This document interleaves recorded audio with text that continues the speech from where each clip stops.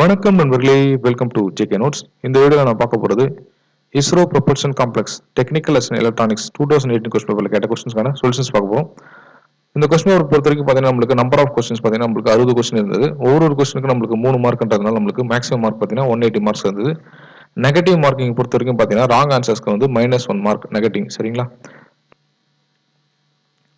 எக்ஸாமோட duration பார்க்கும்போது பார்த்தீங்கன்னா நம்மளுக்கு இது 90 மினிட்ஸ் எக்ஸாம், அதாவது பார்த்தீங்கன்னா 1.5 hours 90 மினிட்ஸ் இருக்குது. சரிங்களா?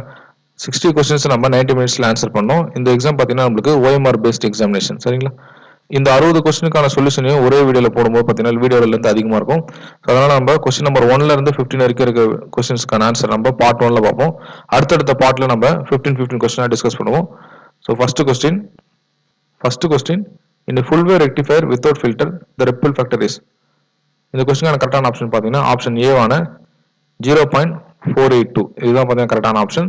இந்த ஆப்ஷன் பியில் இருக்கிற 1.21 பார்த்தீங்கன்னா நம்மளுக்கு ripple factor for half wave rectifier. Half wave ரெக்டிஃபயரோட ரிப்பிள் ஃபேக்டர் இது. சரிங்களா?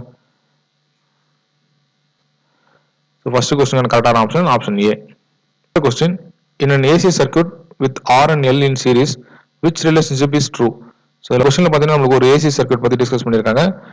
ஆர்என் எல்லின் சீரிஸ் சொல்லியிருக்காங்க. சரிங்களா? ஆர்எல் சீரிஸ் இருக்கும்போது பார்த்தீங்கன்னா நம்மளுக்கு என்ன ரிலேஷன்ஷிப் வந்து சாட்டிஸ்ஃபை ஆகும் கேட்டிருக்காங்க. இதுக்கான கரெக்டான ஆப்ஷன் பார்த்தீங்கன்னா ஆப்ஷன் டி ஆன voltage across the resistor lags the voltage across the inductor by 90 degree. So phasor diagram வரையும்போது பார்த்தீங்கன்னா நம்மளுக்கு voltage across the resistor voltage across the inductor so இப்படி தான் வரும். சரிங்களா? So voltage across the resistor lags the voltage across the inductor by 90 degree. So 90 degree lag ஆகிறதுனால இந்த கொஸ்டினுக்கான கரெக்டான ஆப்ஷன் பார்த்தீங்கன்னா ஆப்ஷன் டி ஆன voltage across the resistor lags the voltage across the inductor by 90 degree. சரிங்களா? இதுதான் கரெக்டான option. அடுத்த question which component opposes voltage change. இந்த கொஸ்டின்ல பார்த்தீங்கன்னா நம்மளுக்கு எந்த காம்பனன்ட் வந்து நம்மளுக்கு வோல்டேஜ் சேஞ்ச் அப்போஸ் பண்ணு கேட்டிருக்காங்க. இதுக்கான கரெக்டான ஆப்ஷன் பார்த்தீங்கன்னா ஆப்ஷன் சி ஆன கெப்பாசிட்டர். ஸோ கெப்பாசிட்டருக்கான கரண்ட் ரிலேஷன்ஷிப் எழுதும்போது பார்த்தீங்கன்னா I = C × dV by dt வரும். சரிங்களா? ஸோ கெப்பாசிட்டர் பொறுத்த வரைக்கும் பார்த்தீங்கன்னா வோல்டேஜ் சேஞ்ச் வந்து அப்போஸ் பண்ணும். இண்டக்டர் பொறுத்த வரைக்கும் பார்த்தீங்கன்னா வோல்டேஜ் ரிலேஷன்ஷிப் எழுதும்போது பார்த்தீங்கன்னா L × dI by dt வரும். ஸோ இண்டக்டரை பொறுத்த வரைக்கும் பார்த்தீங்கன்னா நம்மளுக்கு கரண்ட்டை வந்து சேஞ்ச் இன் கரண்ட் அப்போஸ் பண்ணும். கெப்பாசிட்டர் பொறுத்த வரைக்கும் சேஞ்ச் இன் வோல்டேஜ் அப்போஸ் பண்ணும். ஸோ இந்த கொஸ்டினுக்கான கரெக்டான ஆப்ஷன் ஆப்ஷன் சி ஆன கெப்பாசிட்டர். அடுத்த question what happens when heat is applied to the joint ends of the wires of a thermocouple. இந்த கொஸ்டினுக்கான கரெக்டான ஆப்ஷன் பார்த்தீங்கன்னா நம்மளுக்கு ஆப்ஷன் சி ஆன ஸ்மால் வோல்டேஜஸ் ஜென்ரேட்டர். இந்த கொஸ்டினில் பார்த்தீங்கன்னா டிஸ்கஸ் பண்ணியிருக்கிறது தெர்மோகப்பல் பற்றி டிஸ்கஸ் பண்ணியிருக்காங்க. ஹீட் அப்ளை ஆகும்போது என்ன ஆகும்னு கேட்டிருக்காங்க. சரிங்களா? தெர்மோகப்பலில் ஹீட் அப்ளை ஆகும்போது பார்த்தீங்கன்னா நம்மளுக்கு சீபெக் எஃபெக்ட் தெர்மோகப்பலை பொறுத்த வரைக்கும் பார்த்தீங்கன்னா நம்மளுக்கு சீபெக் எஃபெக்ட் கான்செப்ட்ல ஒர்க் ஆகுது. சீபெக் தெர்மோகப்பல் பார்த்தீங்கன்னா நம்மளுக்கு சீபெக் எஃபெக்ட் கான்செப்ட்ல ஒர்க் ஆகுது. சீபெக் எஃபெக்ட் பொறுத்த வரைக்கும் பார்த்தீங்கன்னா நம்மளுக்கு 2 டிசிமிலர் மெட்டல்ஸை ஜாயின் பண்ணும்போது பார்த்தீங்கன்னா ஒரு எண்ட் கோல்டு எண்ட் ஆகும், இன்னொரு எண்ட்ல ஹீட் அப்ளை பண்ணும்போது பார்த்தீங்கன்னா நம்மளுக்கு ஒரு ஸ்மால் EMF ஜென்ரேட் ஆகும். இந்த EMF வச்சு தான் நம்மளுக்கு இந்த தெர்மோகப்பல் ஒர்க் ஆகுது. சரிங்களா? ஸோ இந்த கொஸ்டினுக்கான கரெக்டான ஆப்ஷன் ஆப்ஷன் சி ஆன ஸ்மால் வோல்டேஜஸ் ஜென்ரேட்டர். அடுத்த question if a gas in a fixed volume container is heated the resultant pressure on the gas. இந்த கொஸ்டினுக்கான கரெக்டான ஆப்ஷன் பார்த்தீங்கன்னா ஆப்ஷன் பி ஆன இன்க்ரீசஸ். ஸோ ஃபிக்ஸ்டு வால்யூம் கண்டெய்னர்ல இருக்கிற கேஸ் வந்து நம்ம ஹீட் பண்ணும்போது பார்த்தீங்கன்னா ப்ரெஷர் வந்து இன்க்ரீஸ் ஆகும். சரிங்களா? இந்த கொஸ்டினுக்கான கரெக்டான ஆப்ஷன் ஆப்ஷன் பி. அடுத்த question in circuit shown below the output at B is. இந்த கொஸ்டினில் நம்மளுக்கு ஒரு ஆபாம் சர்க்யூட் கொடுத்துருக்காங்க. இன்புட்ல ஒரு வேவ் ஃபார்ம் கொடுத்துருக்காங்க, அவுட்புட்ல என்ன வேவ் ஃபார்ம் வரும்னு கேட்டிருக்காங்க. சரிங்களா? இந்த ஆபாம் சர்க்யூட்டை பொறுத்த வரைக்கும் பார்த்தீங்கன்னா நம்மளுக்கு இன்புட் வந்து இன்வெர்டிங் டெர்மினல் இருக்கு. ஸோ இன்வெர்டிங் டெர்மினல் இருக்கிறதுனால நம்மளுக்கு அவுட்புட் வந்து 180 டிகிரி அவுட் ஆஃப் ஃபேஸ்ல வரும். சரிங்களா? 180 டிகிரி அவுட் ஆஃப் ஃபேஸ்ல வரும். இந்த கொஸ்டினுக்கான கரெக்டான ஆப்ஷன் பார்த்தீங்கன்னா ஆப்ஷன் சி தான். அடுத்த question the pre-tinning of wire prior to soldering is done to prevent. கொஸ்டினுக்கான கரெக்டான ஆப்ஷன் பார்த்தீங்கன்னா ஆப்ஷன் சி ஆன பேர்ட் கேஜிங். சால்டரிங் பண்றதுக்கு முன்னாடி நம்ம ப்ரீ-டினிங் பண்றதுக்கான காரணம் to prevent the bird caging. அடுத்த question if two 0.25 microfarad capacitors are connected in series what will be the total effective capacitance. So இந்த கொஸ்டினில் பார்த்தீங்கன்னா நம்மளுக்கு 2 கெப்பாசிட்டரை வந்து நம்மளுக்கு சீரிஸ் கனெக்ஷன் கொடுத்துருக்காங்க. சரிங்களா? 2 கெப்பாசிட்டர் சீரிஸ் கனெக்ஷன் கொடுத்துருக்காங்க C1 and C2. Each capacitance value பார்த்தீங்கன்னா நம்மளுக்கு 0.25 மைக்ரோஃபாரட் சொல்லியிருக்காங்க. சரிங்களா? கெப்பாசிட்டர்ஸ் வந்து நம்மளுக்கு சீரிஸ் கனெக்ஷன்ல இருக்கும்போது ஈக்குவலன்ட் சர்க்யூட் பார்த்தீங்கன்னா நம்மளுக்கு C equivalent equal to C1 into C2 divided by C1 plus C2 ன்னு வரும். இதுவே பார்த்தீங்கன்னா நம்மளுக்கு ரெண்டு வேல்யூ ஈக்குவலா இருக்கும்போது அதாவது C1 and C2 வேல்யூ ஈக்குவலா இருக்கும்போது பார்த்தீங்கன்னா சீரிஸ் கனெக்ஷன்ல கெப்பாசிட்டன்ஸ் ஈக்குவலன்ஸ் பார்த்தீங்கன்னா நம்மளுக்கு C equivalent equal to C divided by 2 அதாவது இண்டிவிஜுவல் கெப்பாசிட்டன்ஸ் divided by 2 வரும். சரிங்களா? இந்த क्वेश्चनல பார்த்தீங்கன்னா நம்மளுக்கு 0.25 microfarad capacitors R connected in series சொல்லிருக்காங்க. சரிங்களா? ரெண்டு வேல்யூ ஈக்குவலா இருக்கிறதுனால நம்மளுக்கு C equivalent பார்த்தீங்கன்னா நம்மளுக்கு 0.25 மைக்ரோஃபாரட் divided by 2. ஸோ உங்களுக்கு கிடைக்கக்கூடிய ஆன்சர் பார்த்தீங்கன்னா 0.125 மைக்ரோஃபாரட். ஈக்குவலன்ட் கெப்பாசிட்டன்ஸ் பார்த்தீங்கன்னா நம்மளுக்கு 0.125 மைக்ரோஃபாரட். கொடுத்துருக்கிற ஆப்ஷன் நம்மளுக்கு ஆப்ஷன் ஏ தான் கரெக்டான ஆப்ஷன்.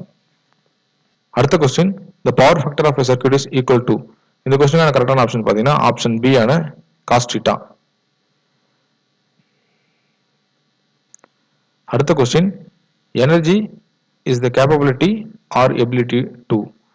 ஸோ எனர்ஜியோட டெஃபினேஷன் பார்த்தீங்கன்னா இது வந்து இந்த கொஸ்டினில் பார்த்தீங்கன்னா எனர்ஜியோட டெஃபினேஷன் கேட்டுறாங்க. Energy is the capability or ability to do work.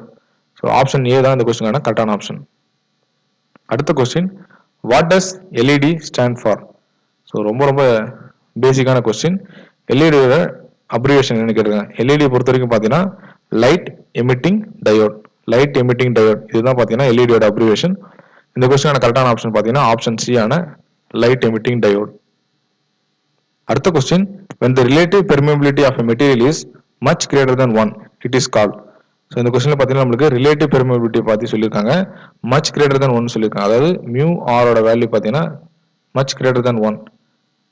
So அப்படின்னா அந்த மெட்டீரியல் என்னவா இருக்குன்னு கேட்டுருக்காங்க. இதுக்கான கரெக்டான ஆப்ஷன் பார்த்தீங்கன்னா ஆப்ஷன் பி ஆன ஃபெர்ரோமேக்னெட்டிக். ஃபெர்ரோமேக்னெட்டிக் மெட்டீரியல் பொறுத்த வரைக்கும் தான் பார்த்தீங்கன்னா நம்மளுக்கு ரிலேட்டிவ் பெர்மியபிலிட்டியோட வேல்யூ வந்து மச் கிரேட்டர் தென் 1 இருக்கும். சரிங்களா? டயாமேக்னெட்டிக் பொறுத்த வரைக்கும் பார்த்தீங்கன்னா நம்மளுக்கு ரிலேட்டிவ் பெர்மியபிலிட்டியோட வேல்யூ பார்த்தீங்கன்னா லெஸர் தென் 1 இருக்கும். அதாவது லெஸர் தென் 1 இருக்கும். இதில் பொறுத்த வரைக்கும் பார்த்தீங்கன்னா நம்மளுக்கு மியூ ஆரோட வேல்யூ பார்த்தீங்கன்னா ஸ்லைட்லி கிரேட்டர் தென் 1 இருக்கும். ஸ்லைட்லி கிரேட்டர் தென் 1 இருக்கும்.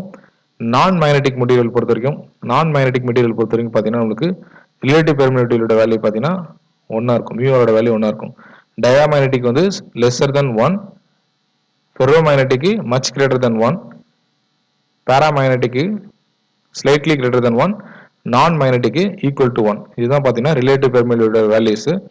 நம்ம கொஸ்டின்ல வந்து when the relative permeability நம்ம கொஸ்டின்ல கேட்டிருக்கிறது relative permeability of the material is much greater than 1 கேட்டிருக்காங்க.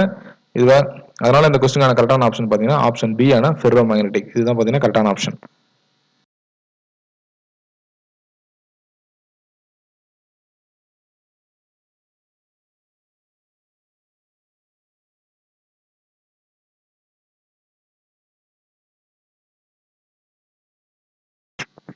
அடுத்த question, in a simple DC circuit with a constant voltage where the resistance increases current will. இந்த கொஸ்டின்ல பார்த்தீங்கன்னா நம்மளுக்கு ஒரு சிம்பிள் டிசி சர்க்யூட் பத்தி டிஸ்கஸ் பண்ணியிருக்காங்க. கான்ஸ்டன்ட் வோல்டேஜ் இருக்கிறதா சொல்லியிருக்காங்க. ரெசிஸ்டன்ஸ் இன்க்ரீஸ் ஆகும்போது கரண்ட் என்னவாங்க கேட்டிருக்காங்க. சரிங்களா? So voltage, current and resistance இந்த மூணு ரிலேட் பண்றது பார்த்தீங்கன்னா Ohm's law. V equal to IR. சரிங்களா? V equal to IR. So ஐக்கு எழுதும்போது பார்த்தீங்கன்னா current equal to voltage divided by resistance. So பார்த்தீங்கன்னா நம்மளுக்கு கரண்ட் வந்து இன்டைரக்ட்லி ப்ரொபோர்ஷனல் டு ரெசிஸ்டன்ஸ். சரிங்களா? இந்த கொஸ்டின் நம்மளுக்கு ரெசிஸ்டன்ஸ் இன்க்ரீஸ் பண்றதா சொல்லியிருக்காங்க. ரெசிஸ்டன்ஸ் இன்க்ரீஸ் ஆகும்போது நம்மளுக்கு கரண்டோட வேல்யூ என்ன ஆகும்னா டிக்ரீஸ் ஆகும். சரிங்களா? இந்த கொஸ்டினுக்கான கரெக்டான ஆப்ஷன் ஆப்ஷன் ஏ ஆன டிக்ரீசஸ்.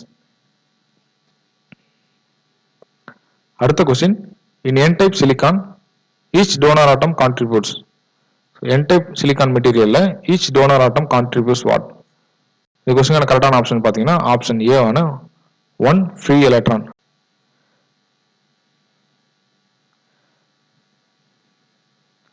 சிலிக்கான் பொறுத்த வரைக்கும் பார்த்தீங்கன்னா நம்மளுக்கு இன்ட்ரின்சிக் சிலிக்கான் பொறுத்த வரைக்கும் நம்மளுக்கு வேலன்ஸ் எலக்ட்ரான்ஸ் பார்த்தீங்கன்னா 4 இருக்கும். என் டைப் மெட்டீரியல் பொறுத்த வரைக்கும் பார்த்தீங்கன்னா நம்மளுக்கு வேலன்ஸ் எலக்ட்ரான்ஸ் வந்து 5 இருக்கும். சரிங்களா? இப்போ இந்த 4 ஈக்குவல் ஆகி ஒரு கோவலன்ட் பாண்ட் வந்து கிரியேட் பண்ணும். ஸோ அதனால பார்த்தீங்கன்னா ஃப்ரீ எலக்ட்ரான் பார்த்தீங்கன்னா நம்மளுக்கு 1 இருக்கும். ஃப்ரீ எலக்ட்ரான் பொறுத்த வரைக்கும் பார்த்தீங்கன்னா நம்மளுக்கு ஒரு ஃப்ரீ எலக்ட்ரான் இருக்கும். ஃப்ரீ எலக்ட்ரான் வந்து 1 இருக்கும். இந்த கொஸ்டினுக்கான கரெக்டான ஆப்ஷன் ஆப்ஷன் 1. நம்ம டிஸ்கஸ் பண்ண போற கடைசி கொஸ்டின் இதுதான். the following circuit is. இதுல ஒரு ஆபம் சர்க்யூட் கொடுத்துருக்காங்க. இந்த சர்க்யூட் எதை ரெப்ரசென்ட் பண்றதுன்னு கேட்டிருக்காங்க. இந்த கொஸ்டினுக்கான கரெக்டான ஆப்ஷன் பார்த்தீங்கன்னா ஆப்ஷன் டி ஆன வோல்டேஜ் ஃபாலோயர். இது ஒரு வோல்டேஜ் ஃபாலோயர் சர்க்யூட். சரிங்களா? இந்த வீடியோவில் நம்ம ISRO propulsion complex technical assistant electronics 2018 question பேப்பரில் கொஸ்டின் நம்பர் 1ல இருந்து 15 வரைக்கும் இருக்க கொஸ்டினுக்கான சொல்யூஷன்ஸ் பார்த்தோம். இந்த வீடியோவில் எக்ஸ்பிளைன் பண்ண கொஸ்டின்ஸ்லாம் உங்களுக்கு புரிஞ்சிருக்குன்னு நினைக்கிறேன். இந்த வீடியோ உங்களுக்கு பிடிச்சிருந்தா லைக் பண்ணுங்க, உங்க ஃப்ரெண்ட்ஸுங்களுக்கு ஷேர் பண்ணுங்க. இது வரைக்கும் நம்ம சேனலை சப்ஸ்கிரைப் பண்ணுங்க. உங்க எக்ஸாம் ப்ரிப்பரேஷனுக்கு வாழ்த்துக்கள்.